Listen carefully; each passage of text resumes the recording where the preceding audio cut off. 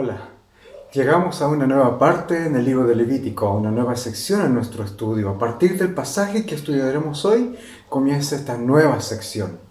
Y hasta aquí los primeros 15 capítulos se enfocaron en leyes de sacrificios y leyes acerca de la impureza y la santidad. El propósito de esos capítulos anteriores es principalmente teológico, enseñar lo que es santo, lo que es impuro y cómo el pueblo de Dios debe realizar los ritos en la adoración. El énfasis de esos capítulos que ya vimos es doctrinal en esa primera mitad. La doctrina para aprender, la enseñanza para aprender lo que es la santidad. El capítulo 16 está en el medio y funciona como una bisagra que conecta estas dos mitades del libro. En este capítulo vimos el rito más importante de todos en el Antiguo Testamento, que es el día de la expiación. Pero a partir de hoy, a partir del capítulo 17 que estudiamos hoy, el libro toma un nuevo rumbo.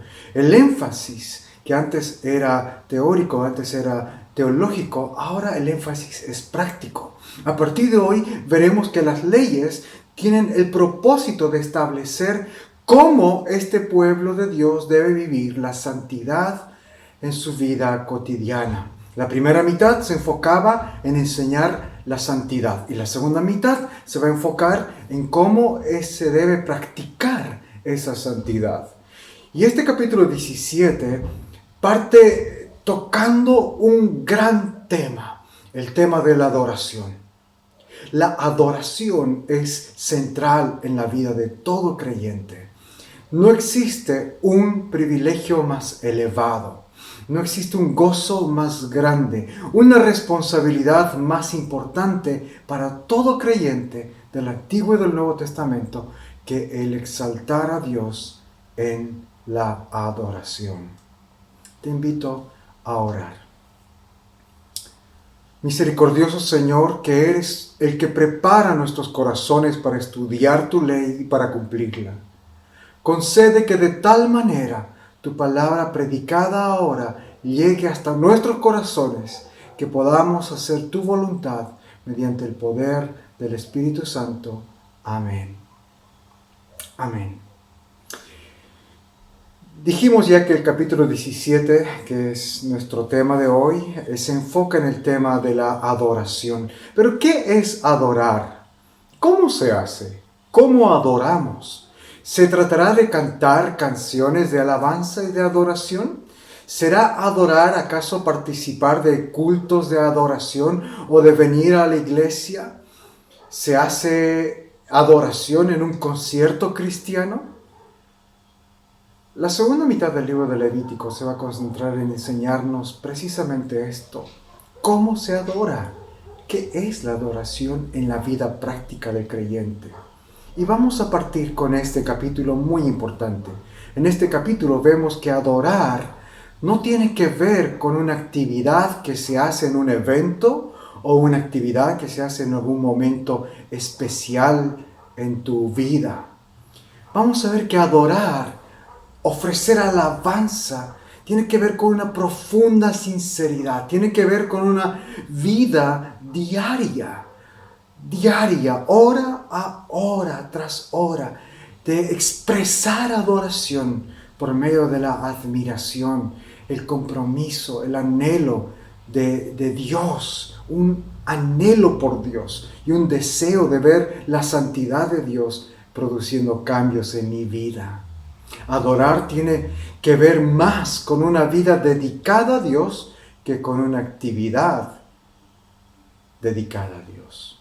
Y el capítulo 17 se divide en dos partes. En los versos 1 al 9 encontramos la prohibición de ofrecer sacrificios afuera del tabernáculo. Esta prohibición se especifica para todo israelita y todo extranjero que vive con ellos, que prohíbe adorar de manera individual o de manera a su propia manera. Mucho menos podían adorar a otros dioses. En eso consiste esta prohibición. Especialmente el verso 7 establece que romper esta regla y hacer un acto de adoración, un sacrificio que no fuera la manera de Dios, un sacrificio afuera o lejos del tabernáculo, es un acto de idolatría y es un acto de adoración a demonios. Esa es la primera mitad. La segunda mitad del capítulo, los versos 10 al 16, contienen la prohibición de comer sangre. Y este pasaje genera en muchos de nosotros la pregunta automática, si es malo entonces comer prietas o morcilla, como le decimos en Bolivia. No tiene que ver con el alimento, no tiene que ver con la cosa que comemos, sino con el mismo tema de la adoración. La adoración es el tema de este capítulo. Y esta prohibición de comer la sangre de los animales tiene que entenderse dentro de ese marco, porque es la sangre lo que compraba el perdón de los israelitas, la sangre de esos sacrificios. El animal del sacrificio derramaba su sangre y para que la sangre del pecador no sea derramada. Así que ellos debían tener mucho respeto por esa sangre, por esa vida que ocupaba su lugar. Es en ese sentido que debemos entender este mandamiento. Entonces el castigo por romper cualquiera de estos dos mandamientos era ser cortado del pueblo, y eso es fuerte. Eso es en resumen lo que enseña el capítulo 17, estas dos prohibiciones. No adorar a Dios, no ofrecer un sacrificio afuera del tabernáculo y no comer la sangre de los animales sacrificados. Pero ¿qué nos enseña a nosotros, a los cristianos, a los creyentes, a este lado de la historia? Levítico 17 tiene 3 principios esenciales acerca de la adoración. Y los vamos a estudiar a continuación. Y es muy importante que prestes atención a estos 3 principios, porque nos están enseñando qué es la adoración para ti y para mí. El primer principio, entonces, es este. Dios ordena que le adoremos solamente a Él. En los versos 1 al 9, lo que este capítulo está diciendo básicamente a todos los israelitas y a los extranjeros que vivían con ellos, es que ellos deben ofrecer sacrificios únicamente a Dios. Todos ellos estaban terminantemente prohibidos de ofrecer sacrificios a otros dioses o de una manera diferente a la manera que Dios ya les había ordenado, que es por medio de los sacerdotes en el tabernáculo. En el verso 7, la Biblia está usando aquí una palabra muy fuerte, que en la versión que nos fue leída esta mañana se traduce con la palabra prostituta. Ese verso dice, nunca más ofrecerán sacrificios a estos demonios por los cuales se han prostituido. En el texto original, la palabra que Dios usó aquí para hablar de la idolatría es de hecho mucho más fuerte. Su equivalente al español, si lo tradujéramos más literalmente, usaríamos una palabra que también comienza con la letra P. Es una palabra fuerte, una palabra que tiene una connotación negativa, un insulto. Incluso es una palabra vulgar. Y me impactó entender y comprender que la Biblia en este pasaje está usando esa palabra, una expresión tan vulgar y negativa.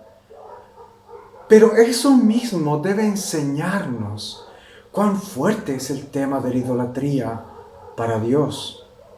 Dios mismo está diciendo que cuando su pueblo le es infiel y adora a otros dioses, está haciendo algo que es tremendamente negativo y tremendamente vulgar. Están prostituyéndose. Te repito, la palabra es mucho más fuerte, la palabra original. Queridos, la idolatría es un profundo insulto. Es algo que ante los ojos de Dios es vulgar, es un insulto, es algo que le ofende. Es peor que escupirle en la cara. La idolatría es una profanación, una blasfemia. Dios había rescatado a su pueblo de Egipto, donde habían vivido por más de 400 años. Los egipcios adoraban a una gran cantidad de dioses. Y es seguro que en todo ese tiempo, la tentación de adorar a esos dioses quedó impregnada en los israelitas. Y ahora ellos están en el desierto de Sinaí, están recibiendo estos mandamientos, pero se dirigen pronto a futuro a Canaán. Y los cananeos también tienen una gran y su propia gran colección de dioses. Dioses que los llevan a buscar riqueza, poder, sensualidad, comodidades. Dioses que les ofrecen muchas cosas de la misma manera que los dioses de Egipto. Es por eso que el verdadero Dios, antes de que estos israelitas que salieron de Egipto entren a Canaán, les dice que ellos no debían ser como estas naciones, ni de la nación que salieron, ni como la nación donde van a entrar. No ser como el resto es el punto de partida de la adoración.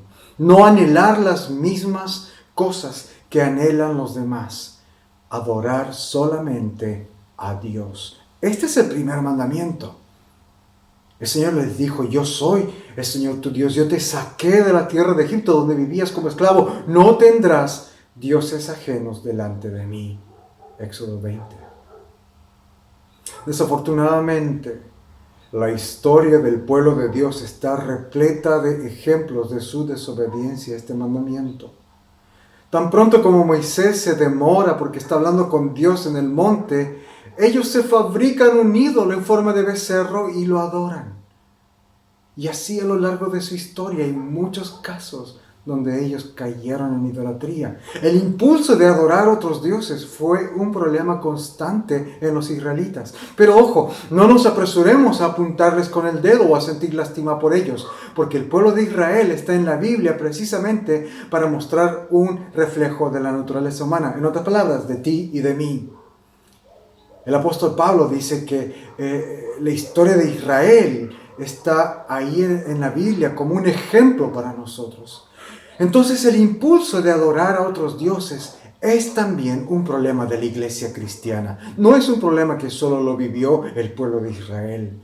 Es un problema tuyo y mío, un impulso para adorar otros dioses. La idolatría, ojo, no es solamente cuando nosotros nos inclinamos ante ídolos fabricados por nuestras manos. La idolatría es básicamente un desorden en nuestros afectos. Te lo repito, la idolatría es básicamente un desorden en nuestros afectos.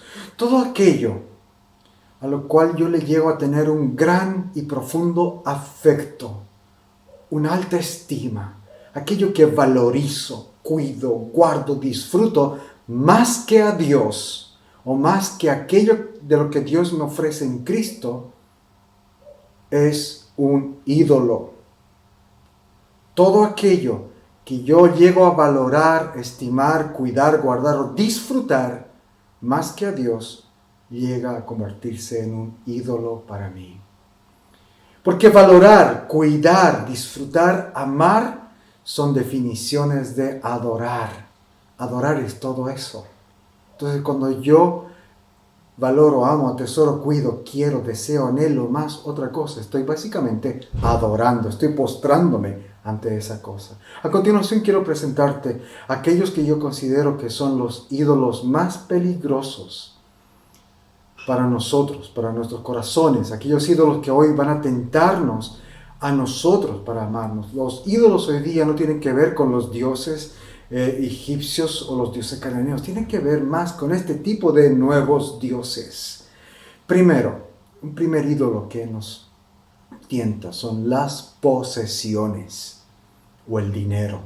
El apóstol Pablo dijo que no amemos al dinero, sino solamente a Dios, porque la raíz de todos los males es el amor al dinero.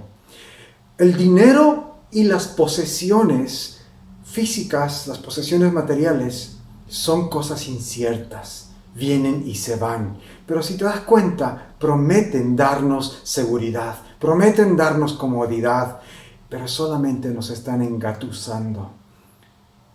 Son falsos. Tan pronto como vienen, se van.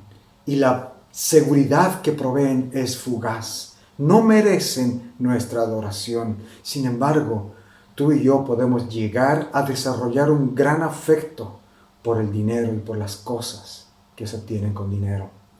¿Cómo saber si estoy adorando las posesiones de este mundo? Pregúntate si el tener o no tener cualquier cosa afecta tus emociones. Si cuando ves que tu vecino tiene algo que tú no tienes, ¿qué emociones producen en ti? Es porque estás amando algo. ¿Te quita la paz perder alguna cosa que tienes? Como tu trabajo, como tu casa, como, no sé. ¿O te da paz? Una sensación de paz, comprarte cosas, comprarte algo que deseas con muchas fuerzas, comprártelo. Pregúntate si hay cosas, objetos, pertenencias a las cuales te aferras con fuerzas. Y así podrás saber si estás siendo tentado, si estás cayendo en la idolatría por las posesiones. El segundo ídolo que ataca a muchos creyentes hoy día es la gente, las personas. Mira, todos nosotros tenemos la capacidad de desarrollar un gran afecto por alguien. Todos podemos llegar a amar a alguien más que a Dios. Ojo, ojo, amar a nuestra familia, amar a nuestro prójimo es una gran virtud. Es el segundo mandamiento más grande, dijo Jesús. Ama a tu prójimo como a ti mismo. Pero recuerda que siempre hay un mandamiento superior y mucho más grande que ese. Y es este mandamiento: amarás al Señor tu Dios con todo tu corazón, con toda tu alma y con toda tu mente. Este es el primero y más importante mandamiento. Debemos amar a Dios primero y por sobre todo y por sobre todos. Las personas a quienes tú amas, ¿qué lugar ocupan en tu vida y en tus prioridades? Estas personas determinan lo que tú haces, lo que tú piensas, lo que tú hablas. ¿Son de buena influencia para ti? ¿Te llevan más cerca a Dios? ¿Te llevan más cerca de su palabra? ¿O son una distracción o una tentación para ti, para alejarte de Dios, de su pueblo y de su palabra? Piensa esto. Piensa qué pasaría si perdieras a esta persona especial en tu vida. ¿Sentirías que no podrías seguir viviendo o funcionando con normalidad? Quizás estás adorando a alguien en lugar de Dios. Piénsalo. El tercer ídolo que nos tienta a nosotros hoy día es muy fuerte también, es el placer. ¿Cuántos que dicen ser seguidores de Jesús no participan de los servicios de adoración los días domingo porque están ocupados haciendo actividades que disfrutan? Viajes, paseos al campo, actividades con familiares, con amigos, descansando, etcétera, etcétera. ¿Cuántos que dicen ser seguidores de Jesús no asisten al servicio dominical porque se quedaron dormidos por estar la noche anterior hasta tarde, agotándose, cansándose, enfrascados en actividades de disfrute personal? No quiero condenarte, pero es mi deber, a partir de la palabra de Dios, llamarte a la reflexión y exhortarte. Está bien disfrutar. Dios ha creado al ser humano con la capacidad de sentir placer y nos ha dado su creación para disfrutar y gozar de ella. Pero siempre la prioridad debe ser Dios. Y Dios ha puesto precisamente a su iglesia y Él ha delineado estas formas, la forma de adorarle para medir cómo estamos en nuestra entrega a Dios. Pregúntate, ¿de dónde obtienes tú placer en tu vida? ¿En qué cosas inviertes tiempo, dinero, energías y recursos porque te dan placer? ¿En juegos? ¿En el internet, las redes sociales? ¿En ver aquellas páginas web con contenido obsceno? ¿En la comida? ¿En las amistades? ¿En las salidas?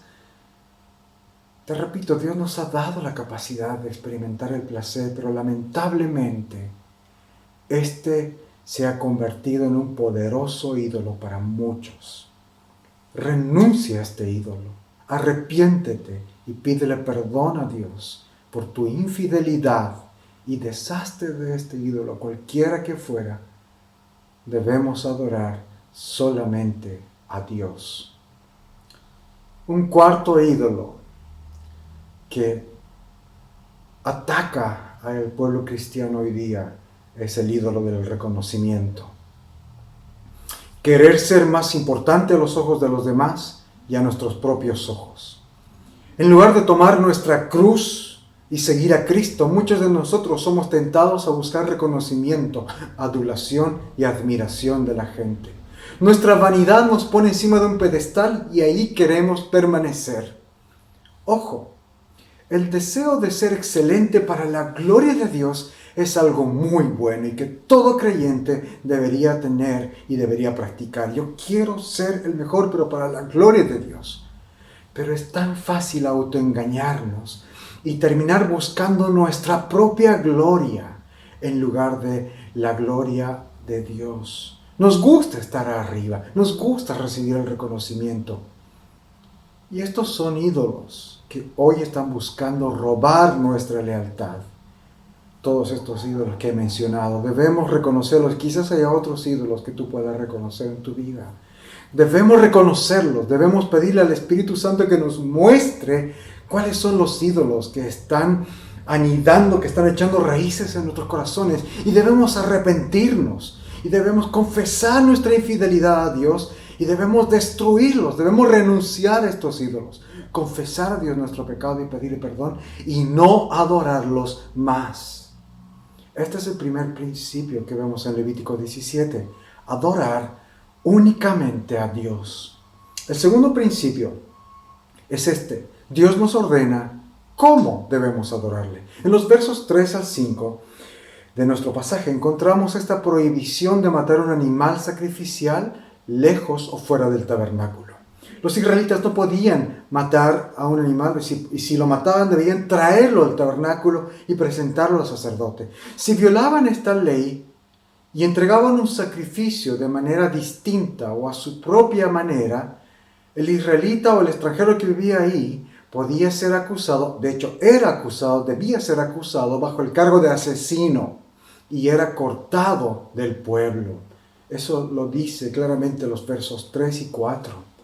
Esta expulsión significa que ya no se le debía tratar más como un creyente, pues había adorado a Dios de una manera que Dios no lo había establecido.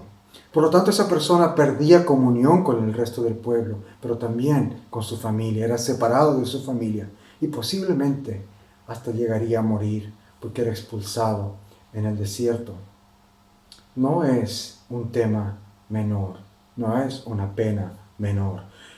Los animales para los sacrificios debían ser matados de la manera que Dios había establecido. Dios no permitía que su pueblo le haga sacrificios personales o individuales ni a su propia pinta.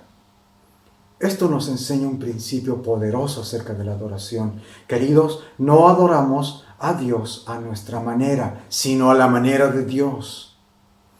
Podemos y debemos tener una vida de lectura, oración y devoción personal e íntima. Pero nunca debemos olvidar que Dios no ha venido a rescatar a individuos. Él vino a rescatar un pueblo. Y este pueblo debe adorar únicamente a Dios a la manera de Dios. En el Antiguo Testamento esta manera era por medio del tabernáculo. Ellos debían llevar sus sacrificios al tabernáculo. Cualquier acto de adoración afuera o lejos del tabernáculo era considerado falso y por lo tanto castigado con ese tremendo castigo. Hoy nuestro tabernáculo es Jesús. Juan escribe acerca de Jesús lo siguiente. En Juan 1, la palabra, Jesús, la palabra se hizo carne y habitó entre nosotros y vimos su gloria, dice Juan. Él está usando aquí un verbo muy especial, que si lo tradujéramos de forma literal, tendríamos que decir, la palabra se hizo carne y armó su tabernáculo entre nosotros, o tabernaculó entre nosotros. Juan está convirtiendo la palabra tabernáculo en un verbo. Jesús es nuestro tabernáculo. Eso es lo que Juan quiere que entendamos. Que ahora el lugar de adoración para el creyente del Nuevo Testamento está en Cristo, únicamente en Él. No debemos acercarnos a Dios en el nombre de nadie más. solo en el nombre de Jesús. De la misma manera que el israelita no podía adorar a Dios más que en el tabernáculo e ir solamente al tabernáculo, y donde quiera que estaba, aunque sea lejos, debía llegar al tabernáculo y adorar en el tabernáculo. De la misma manera hoy nadie puede acercarse a Dios si no es solamente por medio de Cristo. Escúchame bien, el pastor no te va a acercar a Dios. Ni la iglesia no te va a acercar a Dios. La iglesia como institución, la iglesia anglicana no te va a acercar a Dios. Ni la Virgen, ni los santos, ni las personas espirituales. Nadie te va a acercar a Dios, porque ninguno de ellos es el tabernáculo de Dios. Solo Jesús es el tabernáculo de Dios. Adoramos a Dios en Cristo. Él es nuestro gran sumo sacerdote que nos lleva al Padre. No tenemos otra manera, no hay otro camino para llegar al Padre. Ese es el segundo principio de la adoración. Adoramos a Dios en Cristo. El tercer principio, a partir de este pasaje, es el siguiente. Dios nos ordena adorarle por medio de la sangre. Finalmente vemos en los versos 10, en los versos 13 y 14 de nuestro pasaje, que Dios le prohibió a su pueblo comer sangre.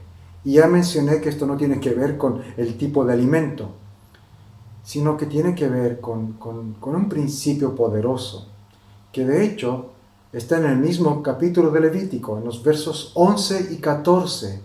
Nos está explicando cuál es el principio detrás de esta prohibición de comer sangre. Y estos versos dicen lo siguiente: la vida de todo ser está en la sangre. En otras palabras, la sangre es igual a la vida.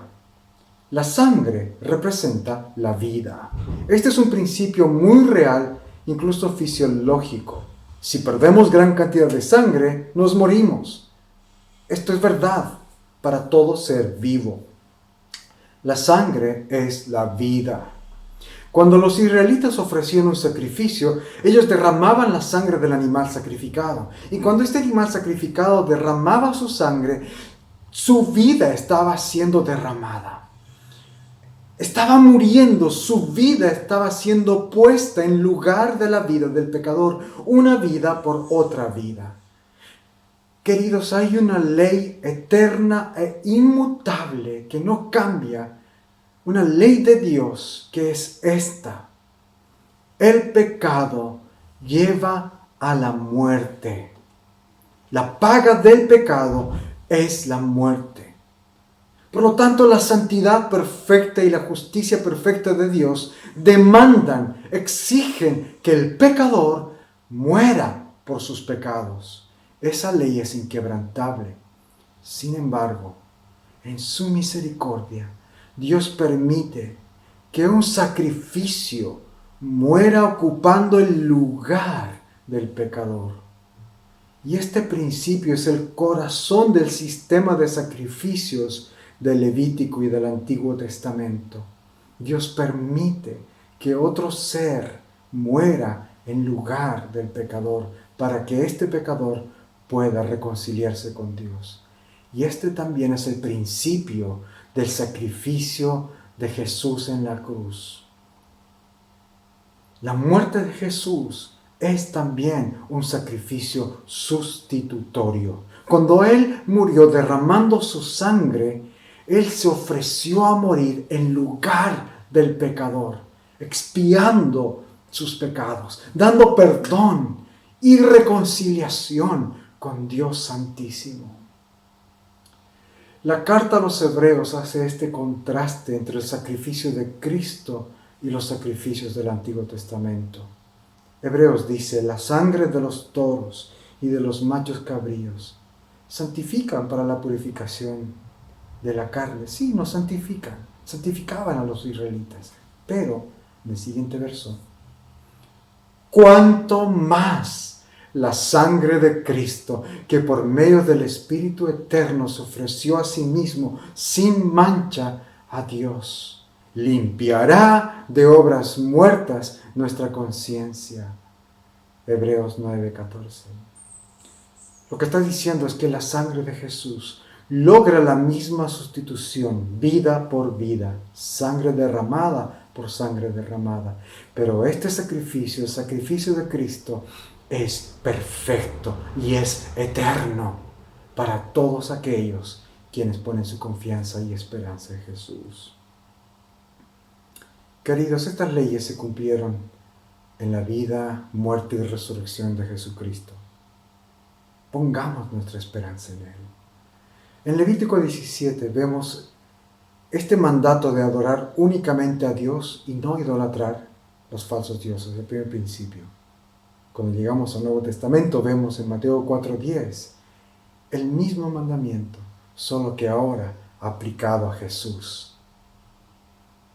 Ahora hay que adorarlo única y solamente a Él.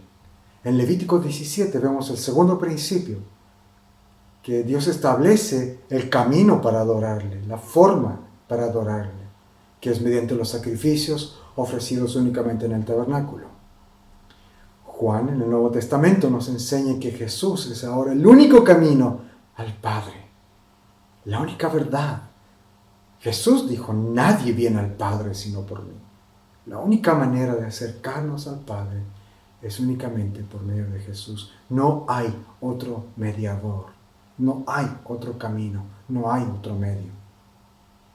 Levítico 17 nos enseña el tercer principio, que debemos adorar por medio de la sangre.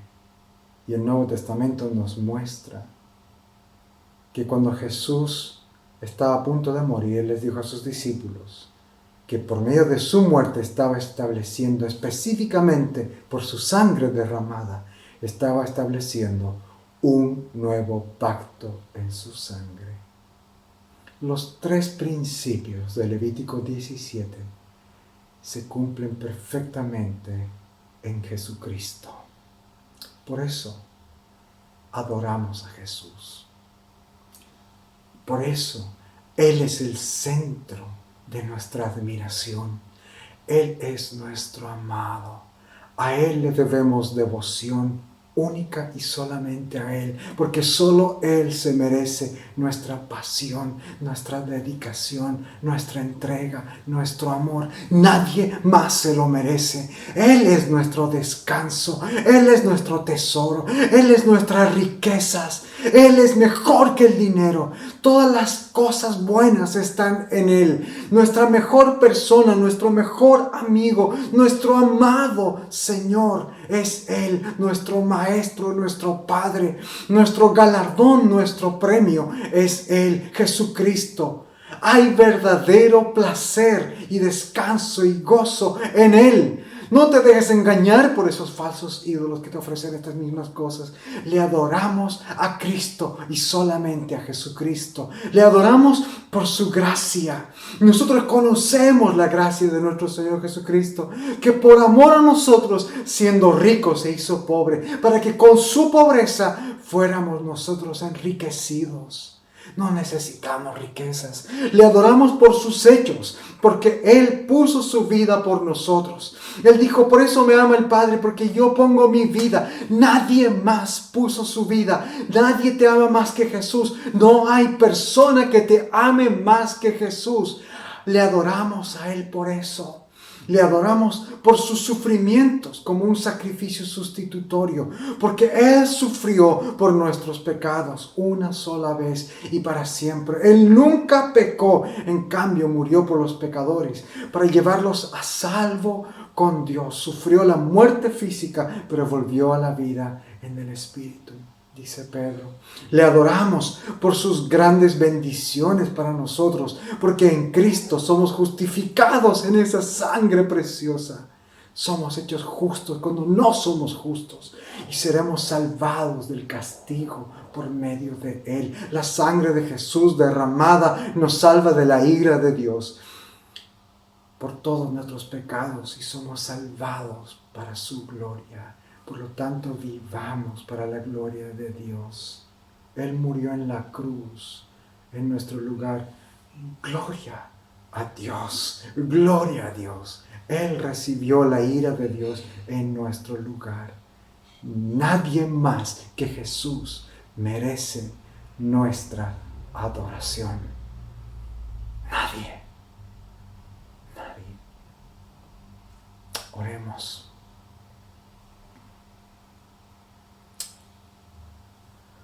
Padre, nosotros, tus indignos siervos, te damos humildes y sinceras gracias por toda tu bondad, por tu compasión y favor para con nosotros.